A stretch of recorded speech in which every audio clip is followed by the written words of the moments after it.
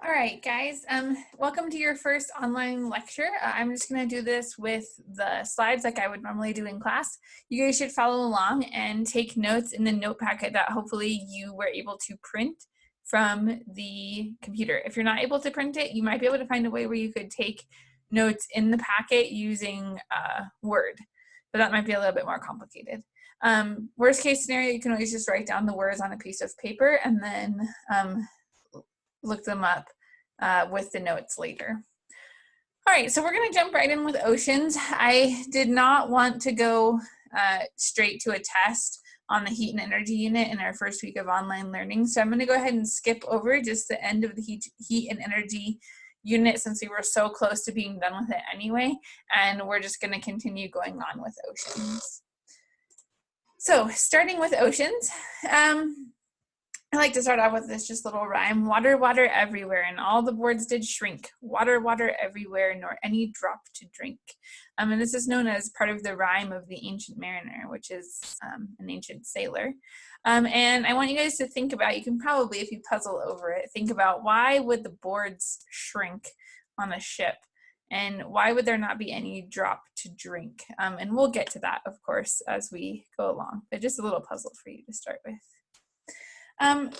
When you look at space, you can tell that Earth is a water planet. So when these pictures came back of the world, they were pretty famous because they showed a couple of things. First of all, kind of how tiny our planet was, but also how much of our planet is covered in water.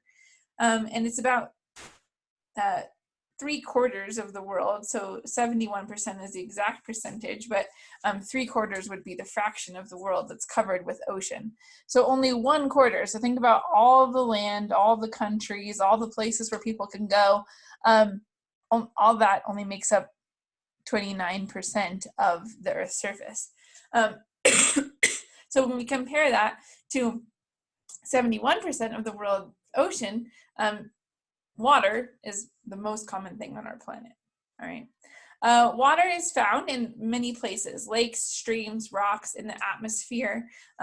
There is water, but all of those sources where water is kept, so in the ground, in lakes, in streams, in clouds, only 3% of the Earth's water is in that space. 97% of the Earth's water is in what we would call the world ocean. Now, this term, the world ocean, might be a little bit weird to you. You might not have heard that before, because in science class or in history or geography classes, we tend to teach that there are 5 oceans in the world, right? You have the Atlantic Ocean, the Pacific Ocean, we give them names. In science, we don't give them names. And the reason we don't give them names is because, let's say you are a little molecule of water and you're just bopping around in the ocean.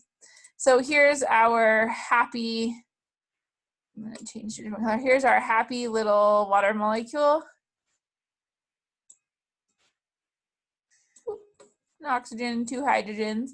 He is bopping around in the ocean. Now, if he's in the Atlantic Ocean right now, the water molecule will eventually travel all throughout the world on this thing that we call the giant conveyor belt.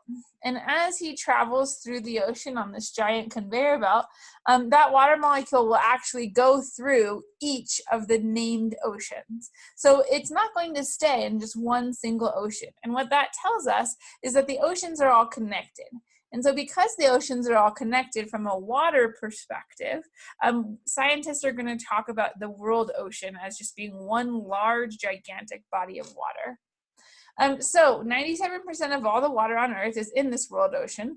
The world ocean covers 71% of the Earth's land surface, and it contains 99% of all areas on the planet where living organisms are found. Now, what does that mean? Well, that means if we were to map out square footage of, that's a terrible square. Let's try again. I can draw a cheater square. So if we were to take a square and we were to measure basically square footage, so area that animals can live in.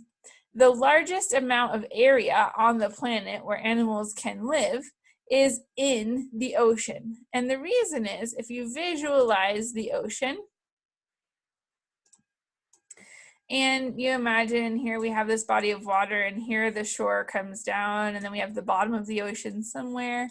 Animals can live on the surface of the ocean. They can live up here. They can also live in the bottom of the ocean, so all the way along the bottom. But then we have some organisms still that are going to live in this middle region of the ocean.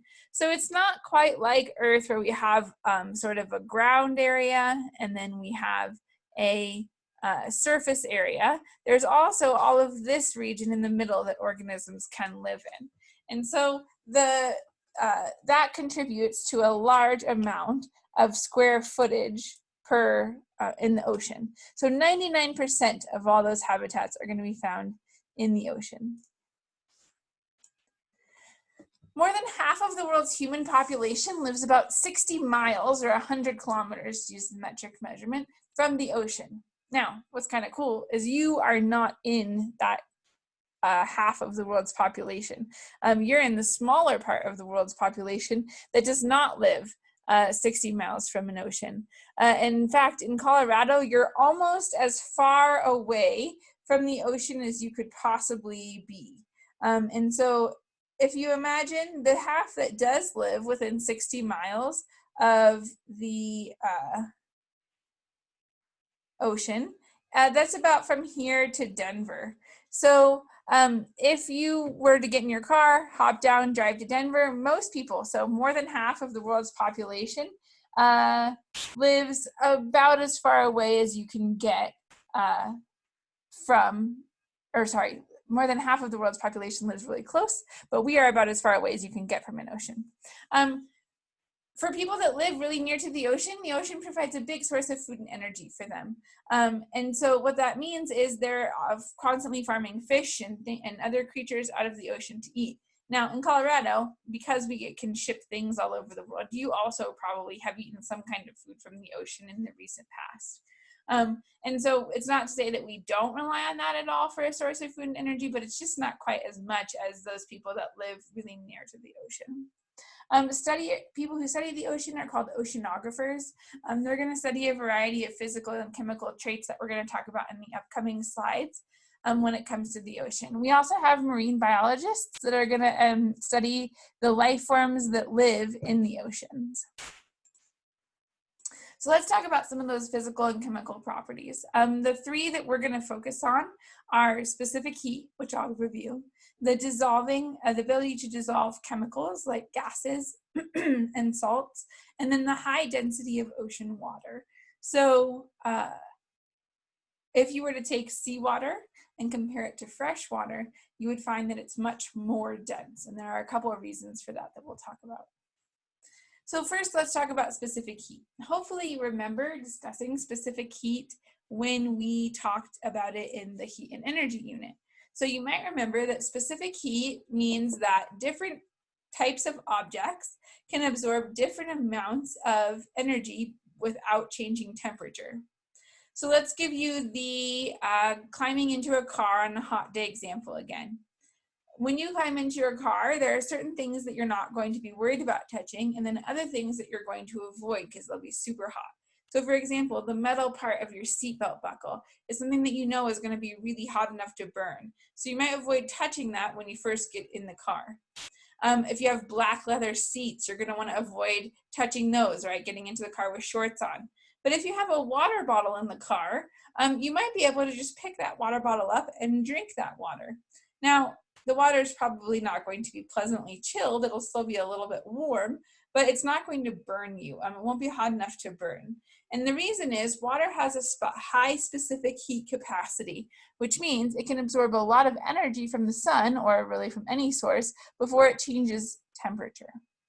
And that's going to be really, really important for weather near the ocean. So if you've ever been fortunate enough to visit someplace like Hawaii or California, where it's right near a beach, you're going to see that the weather there is really temperate. So if you visit San Francisco in the winter, or if you visit Hawaii in the winter, you're going to find that it's fairly temperate weather. It might be a little bit cooler, maybe like 60s, but it's not going to be freezing like it is here in Colorado. Likewise, if you visit there in the summer, you might get warmer weather, maybe in the 70s or 80s, but you're not going to be in the hundreds like you might be in the middle of the desert. And the reason is the ocean water is slower to warm up during the summer, so it cools the land. And in the winter, it retains the heat overnight. And so as it retains the heat from the sun, it actually helps to warm the continent, the land. And so that's going to cause more temperate climate. And so what you'll notice is that there's less seasonal temperature change in coastal locations. Inland locations tend to experience all 4 seasons. So they have a really hot summer, really cold winter, and then a spring and a fall that are in between. Seawater is on average about 96.5% water, and then it can dissolve a whole bunch of stuff in there. And it's 3.5% about dissolved salts. The most common salt in water is what we would call table salt or sodium chloride. This is where sea salt comes from. We actually take salt water, they evaporate the water off, and then collect the salt that's left behind. They sell it to you as sea salt. So the question is, we all know that the ocean is salty. Before I get to this next part, there's more than one salt in the ocean. The most prevalent one is that sodium chloride, or the kind of salt we'd use on our dinner. But also you can find magnesium chloride, which is also known as rock salt. You can find potassium chloride. So you can find sometimes calcium chloride. So you can find a variety of different salts in the ocean. So the question becomes, where did those salts come from? So we know that fresh water, like rivers and lakes, if you've ever swam or taken a drink out of a creek, you know that that is not salty water. So then the question becomes, how do rivers, which flow into the ocean at some point, how does that water become salty? And there are a couple of things that are going to contribute to that higher salt concentration. The first thing, not necessarily the most important thing, but the first thing is going to be living organisms. Living organisms actually use water and use many dissolved materials in the river water. And what that does is when the living organisms use those materials, they actually leave salt behind. And as they leave salt behind, that salt will transfer down to the ocean. Another reason where most of the salt is going to come from is as the river flows over the continent, it flows through, it's going to erode the rock. And as it erodes the rock, it's going to cause, rocks are made out of minerals, and some minerals are salts. It's going to cause those salts to become dissolved into the water. Then that water and salt will be carried down to the ocean. All right, we'll talk more about that in just a minute. Another way that salt gets into the ocean is through something called a hydrothermal vent. Hydrothermal vents, let's actually go ahead and draw one of those in our slide. So let's say we have a hydrothermal vent. It looks something like this in the bottom of the ocean. So if we have the top of the ocean up here, bottom of the ocean down here, we're going to get all this, that's not a good color. Pick a different color.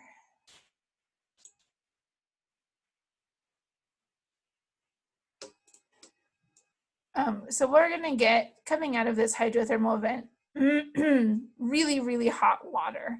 Now, as we have this hot water coming out of the hydrothermal vent, we have to ask, well, why is it so hot? Well, and really, how hot is it? So pushing down, all the weight of the ocean is pushing down on this hydrothermal vent. Because that water weighs quite a bit. And so as that water, because that water weighs quite a bit, it creates this incredible pressure down here on this hydrothermal vent.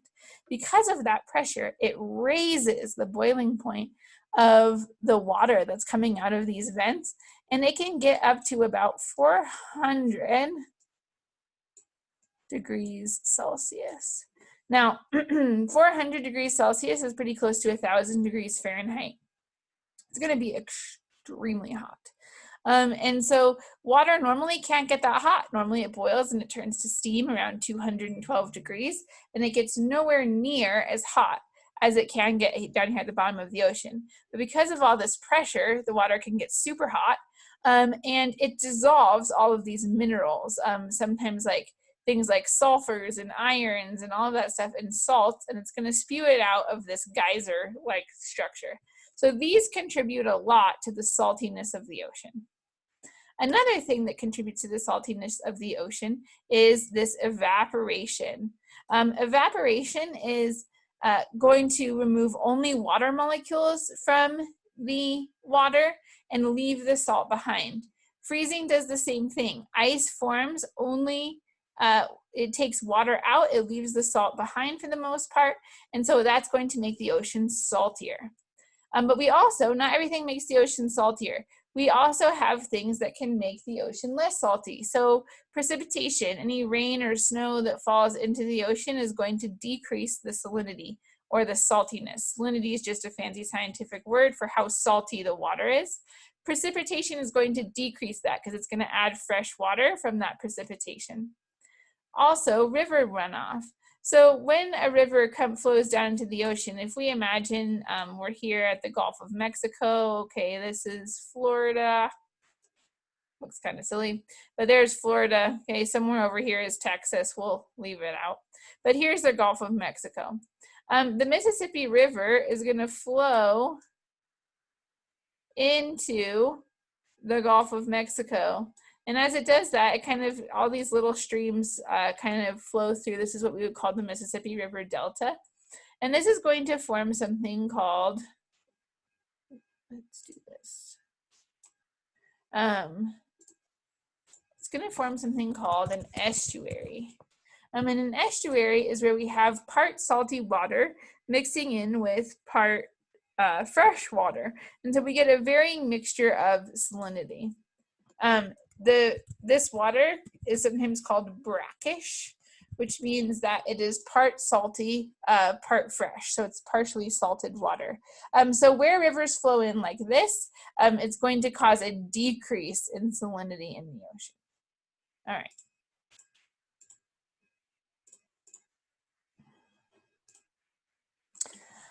Aside from salts, gases can also be dissolved in seawater. So one of the most important gases is, of course, oxygen.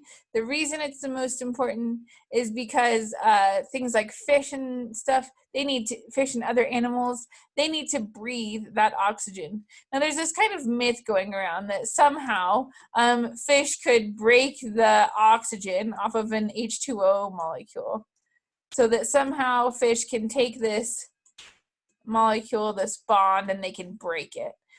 That is not the case.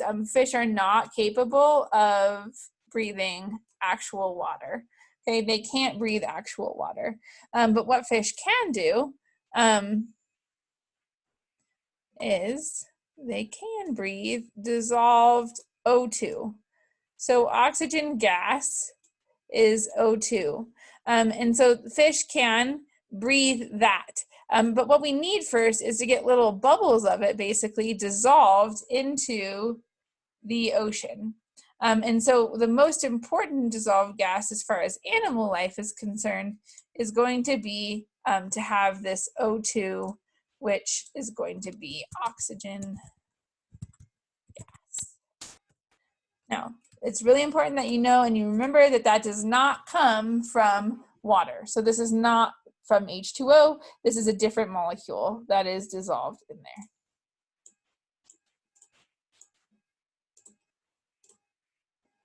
All right, so another gas that's dissolved in there is carbon dioxide. Carbon dioxide is really important for any plants that live underwater because they're going to use that to do photosynthesis. So things like algae really rely on carbon dioxide. Carbon dioxide also does something else interesting to the ocean. It creates carbonic acid. And when it creates carbonic acid, it makes the ocean slightly more acidic than fresh water would be. The density of ocean water is also affected by things that are dissolved in it. So when we dissolve salt into ocean water, it's going to become more and more dense because that salt is actually heavy. And so as the salt it gets dissolved into the water, it's going to mean that there are more molecules per little square centimeter. And because there are more molecules per square centimeter, it gets denser. And because it is more dense, it's going to sink down below fresh water whenever we have it. Okay. Also, temperature affects density. So if you imagine how temperature works, when things get warmer, they spread out or expand. When they're colder, the molecules move close together, they become more dense. So cold ocean water is more dense than warmer ocean water. That's going to come in handy, a little fact later. It'll help us figure out how some of the currents work. The last thing that we're going to talk about today is because that density is increased with the saltiness of the ocean, that increased density can actually be taken advantage of by some animals to communicate. And the way that they do that is they use sound. Sound passes through salt water very efficiently. And it can oftentimes bounce back to the animals, and they can use that as a way of sort of seeing. So they communicate with each other, and also they can sort of map their surroundings. Humans have also taken advantage of this with a technology called sonar.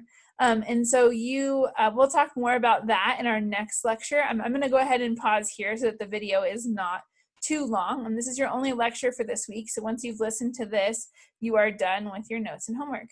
I will see you guys in another lecture next week, and hopefully on Zoom.